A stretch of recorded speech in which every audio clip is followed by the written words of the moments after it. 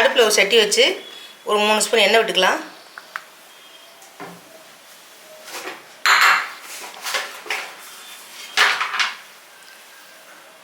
கடுகு வந்து 1 ஸ்பூனு, கொஞ்சம் சீரகம்,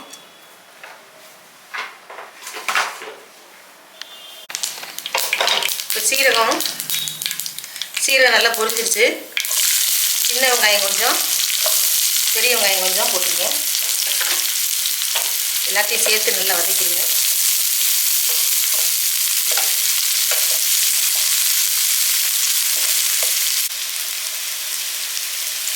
வெங்காயம் வந்து நல்லா கண்ணாடி பதம் வதங்கிடுச்சு.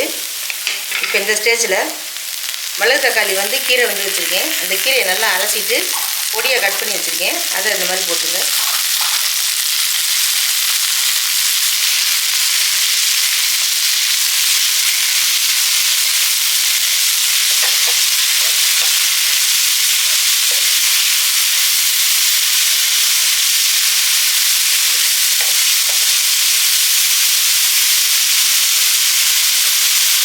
கீரைக்கு தேவையான உப்பையும் போட்டுங்க.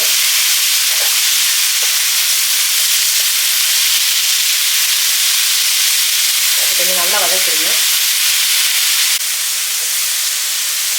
கீரை வந்து கொஞ்சம் நல்லா வதங்கிடுச்சு. இப்போ இந்த ஸ்டேஜில் குக்கரில் வந்து நான் பாசிப்பருப்பும் தக்காளியும் ஒன்றா வந்து இந்த மாதிரி வேக போட்டு வச்சுருக்கேன். அதையும் இதில் சேர்த்துடலாம்.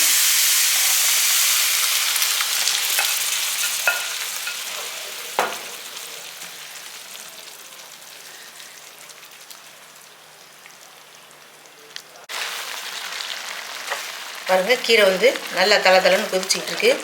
இது வந்து சூடான சாதத்தில் புரட்டி சாப்பிட்டிங்கன்னா அருமையாக இருக்கும். இதோட ஒரு அப்பளத்தையும் பொரிச்சுங்க, அருமையாக இருக்கும்.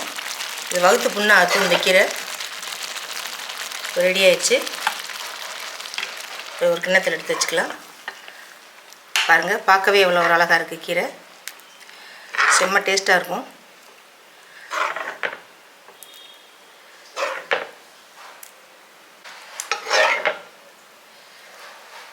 இது செஞ்சு சாப்பிட்டு பாருங்கள், சூப்பராக இருக்கும். நம்ம சேனலை எல்லோரும் சப்ஸ்கிரைப் பண்ணுங்கள்.